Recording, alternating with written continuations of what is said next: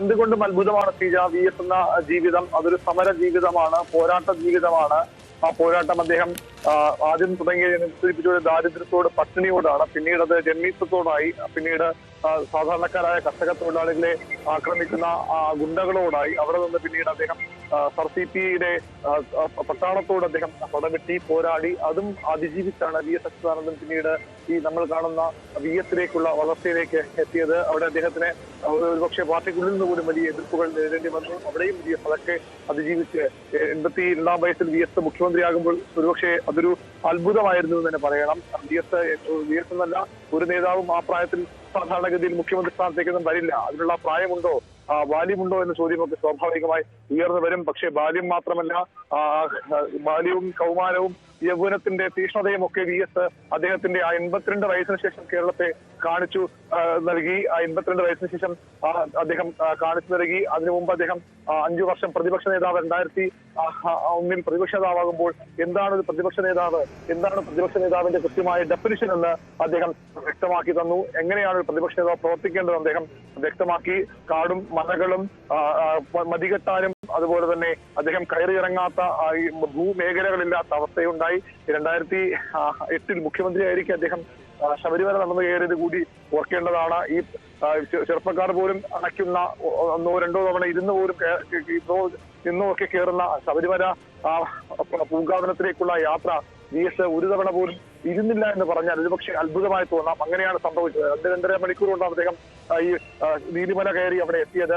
എന്നിട്ട് അദ്ദേഹം പറഞ്ഞ ഒരു പ്രതികരണം കഴിഞ്ഞ ദിവസം ഞാനൊരു മാധ്യമത്തിൽ കണ്ടത്. അദ്ദേഹം പറയുന്നത് മതികെട്ടാനൊക്കെ കയറി നോക്കുമ്പോൾ ഒന്നുമല്ല, കുറച്ച് കടുപ്പമാണ്, സാധാരണക്കാർ കടുപ്പമാണെന്ന് 84 വയസ്സുകാരായ മുഖ്യമന്ത്രി പറയുമ്പോൾ ആ സാധാരണക്കാർ ആര് എന്നത് നമ്മൾ അതിശയത്തോടെ നോക്കിക്കണ്ടതാണ്. വി എസിനെ പറ്റി അദ്ദേഹത്തിന് ഒപ്പമുള്ളവർ പറയുന്ന ഒരു കഥയുണ്ട്, ഒരു അനുഭവമുണ്ട്. അത് വി എസ് സാധാരണഗതിയിൽ വി എസിനെ കാണാൻ 40-50 വയസ്സൊക്കെ ഉള്ള ആളുകൾ, സ്ത്രീകളൊക്കെ വന്ന് ഇരിക്കുമ്പോൾ വി എസ് പലപ്പോഴും തന്റെ കൂടെയുള്ളവരോട് പറയുമായിരുന്നു, അവരെ ആ സ്ത്രീയെ ഒന്ന് കടത്തിവിടൂ, അവർ പ്രായമുള്ള ആളല്ലേ, അവർ ഒരു വൃദ്ധയല്ലേ, അവരെ കടത്തിവിടൂ എന്ന് പലപ്പോഴും വി എസ് പറയുമായിരുന്നത് ഓർത്ത് പലപ്പോഴും ഇവർ കൂടെയുള്ളവർ ചിരിക്കാറുണ്ട്. അതിന് കാരണം വി എസ് തന്റെ മനസ്സിലെപ്പോഴും ചെറുപ്പം സൂക്ഷിച്ചിരുന്ന നേതാവാണ്. വി എസ് ഒരിക്കലും പ്രായം അംഗീകരിച്ച നേതാവല്ല. അത്തരമൊരു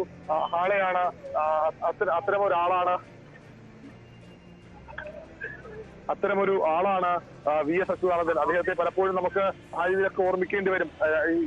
ഭരണപരിഷ്കാര കമ്മീഷൻ ചെയർമാനായിരിക്കുമ്പോഴൊക്കെ അവസാനം അദ്ദേഹം നടക്കാൻ പോകുന്നത് യൂണിവേഴ്സിറ്റി സ്റ്റേഡിയത്തിലാണ്. അന്ന് അദ്ദേഹത്തെ നടക്കാൻ കൊണ്ടുപോകുമ്പോൾ ഒരാൾ കൈപിടിച്ചില്ലെങ്കിൽ വീണു പോകുന്ന അവസ്ഥയാണ് വി എസ്. കൈപിടിച്ച് അദ്ദേഹം നടക്കുന്നത്. പക്ഷെ അപ്പോഴും അദ്ദേഹം തന്റെ ചിട്ടയായ വ്യായാമം മുടക്കിയിരുന്നില്ല.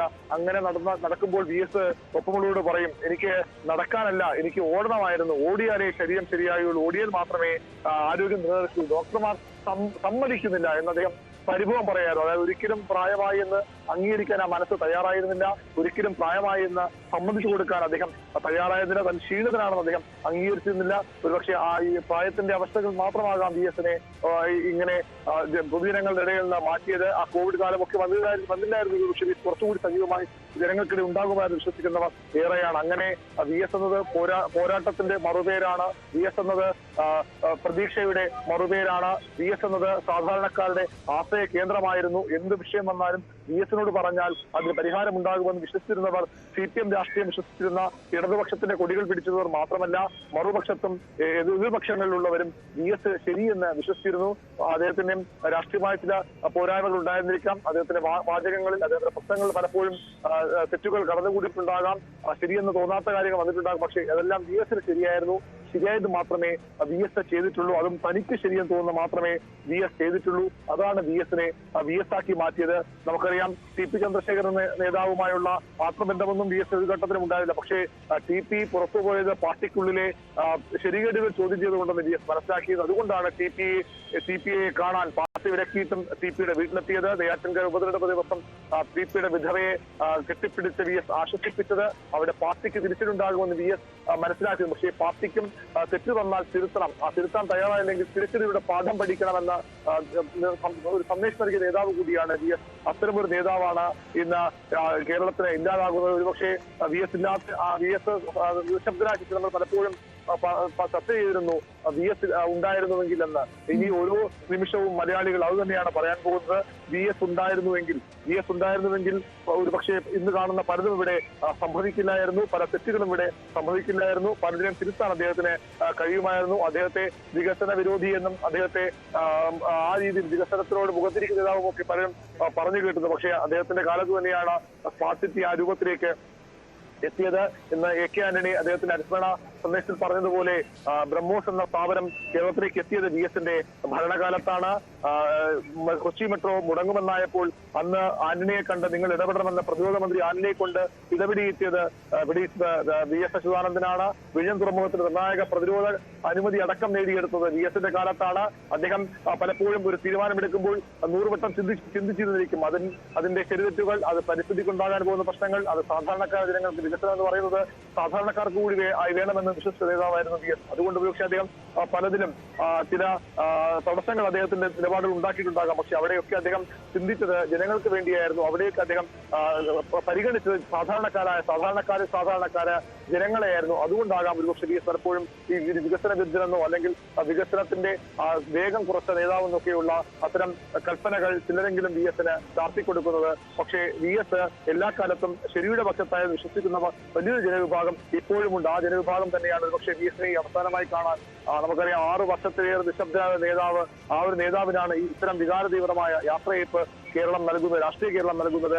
വി എസിന്റെ പ്രതാപകാലത്തോ വി എസിന്റെ അസ്തമയകാലത്തോ പോലും അദ്ദേഹത്തെ കണ്ടിട്ടില്ലാത്ത, അദ്ദേഹത്തെ നേരിട്ട് അറിഞ്ഞിട്ടില്ലാത്ത ആളുകൾ പോലും അദ്ദേഹത്തിന് വേണ്ടി ഇങ്ങനെ മുട്ടുചുരുട്ടി മുദ്രാവാക്യം വിളിക്കുന്നുണ്ടെങ്കിൽ വി എസ് ആരായിരുന്നു എന്നവർ ശരിക്കും മനസ്സിലാക്കിയത് തന്നെയാകും. ഇത്തരമൊരു നേതാവ് ഇനി ഇതിനു മുമ്പ് കേരളത്തിൽ ജനിച്ചിട്ടില്ല, ഇനി ജനിക്കാനും പോകുന്നില്ല എന്ന അക്ഷരാർത്ഥത്തിൽ പറയാം. നമ്മൾ പലപ്പോഴും യുഗാന്ത്യം, യുഗപ്രഭാവനം എന്നൊക്കെ പറയാറുണ്ട്. പക്ഷേ യഥാർത്ഥത്തിൽ അത് ചാർത്ത് നൽകേണ്ട ഒരു ജനനേതാവാണ് വി എസ്. അദ്ദേഹത്തെ മുഖ്യമന്ത്രിയായും പ്രതിപക്ഷ നേതാവായും ഒന്നും കാണണ്ട. അദ്ദേഹത്തെ പക്ഷേ ഒരു മനുഷ്യസ്നേഹിയായ കമ്മ്യൂണിസ്റ്റായി കണ്ടാൽ തന്നെ അദ്ദേഹം അക്ഷരാർത്ഥത്തിൽ ഒരു യുഗപ്രഭാവൻ തന്നെയാണ്. തീർച്ചയായും അരുൺ, അത് അങ്ങനെ ഒരു പറഞ്ഞു നിർത്തേണ്ട ഒരു നോട്ടാണത്. യുഗപുരുഷൻ തന്നെയാണ്. കാരണം അദ്ദേഹം ജീവിച്ചത്, അദ്ദേഹം തന്നെ ഒരു ചരിത്രമായി മാറുന്ന ഒരു അപൂർവതയാണ് വി എസ് എന്ന 2 അക്ഷരങ്ങൾക്കുള്ളത്. ഇപ്പോൾ news 18 Keralam senior editor Manjush Gopal കൂടി ചേരുന്നു. മഞ്ജുഷ് സെക്രട്ടേറിയറ്റിൽ നിന്നാണ് ചേരുന്നത്. മഞ്ജുഷ്, എത്രയോ കാലം നമ്മൾ വി എസിനെ കേട്ട, വി എസിനെ കണ്ട അതേ സെക്രട്ടേറിയറ്റിലാണ് ഇപ്പോൾ ജീവനില്ലാത്ത വി എസ് എത്തിയിട്ടുള്ളത്. പക്ഷേ അദ്ദേഹം അവശേഷിപ്പിച്ച ആ ശബ്ദങ്ങൾ നമ്മുടെയൊക്കെ ചെവികളിൽ മുഴങ്ങുന്നുണ്ട്. ആ ഓർമ്മയിൽ, ആ ഊർജത്തിലാണ് അവിടേക്ക് ആയിരങ്ങൾ ഒഴുകിയെത്തിക്കൊണ്ടിരിക്കുന്നത്. അവിടെ എന്തൊക്കെയാണ് മഞ്ജുഷിനെ കാണാൻ കഴിയുന്നത്?